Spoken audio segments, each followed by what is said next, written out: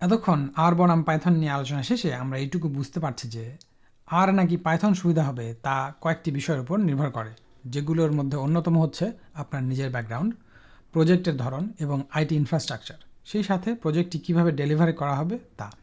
এরপরেও তরুণ এবং নবীন শিক্ষার্থীরা, বিশেষ করে যারা ডেটা সায়েন্সে আগ্রহী হয়ে উঠেছে এবং ডেটা সায়েন্টিস্ট হিসেবে নিজেকে তৈরি করার চিন্তাভাবনা করছে, তাদের কাছে এই প্রশ্নটি খুবই কমন। আমি প্রোগ্রামিং শুরু করতে চাই, কোনটি দিয়ে শুরু করব, পাইথন নাকি আর? এর উত্তরে আমি বলবো আপনি দুটোই ট্রাই করে দেখেন কোনটি ভালো লাগে। দেখেন কোনটি আপনার ভালো লাগে। যেটি ভালো লাগবে সেটি দিয়ে শুরু করবেন। মনে রাখবেন, পাইথন হচ্ছে জেনারেল পারপাস প্রোগ্রামিং ল্যাঙ্গুয়েজ। এর মানে হলো পাইথন দিয়ে প্রায় সব ধরনের কাজকর্মই করা সম্ভব। ডেটা সায়েন্স এবং ডেটা সায়েন্সের বাইরের অনেক কিছুই করা সম্ভব। ডেটা সায়েন্সের জন্য ডেটা অ্যানালিসিস থেকে শুরু করে model building, model deployment, web application তৈরি করা, ড্যাশবোর্ড তৈরি করা, এগুলো সব কিছুই পাইথন দিয়ে করা সম্ভব।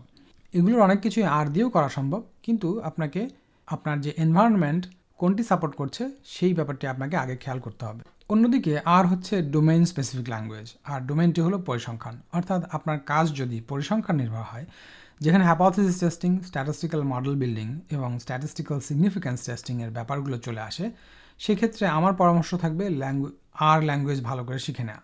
সেই সাথে আপনার পরিসংখ্যানের জ্ঞানও লাগবে।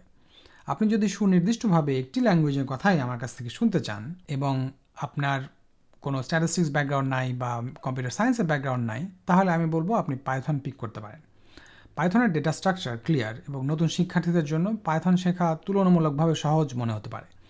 আমার অভিজ্ঞতা দেখেছি, যারা পাইথনকে সুপিরিয়র ল্যাঙ্গুয়েজ মনে করে আরের তুলনায়, কিংবা আরকে সুপিরিয়র মনে করে পাইথনের তুলনায়, তারা দুটি ল্যাঙ্গুয়েজকে নিজেদের ব্যবহারিক প্রজেক্টে সেভাবে ব্যবহার না করেই এক ধরনের সিদ্ধান্ত দিয়ে দেয়। ব্যক্তিগতভাবে আমি দুটি ল্যাঙ্গুয়েজই ব্যবহার করেছি এবং করি।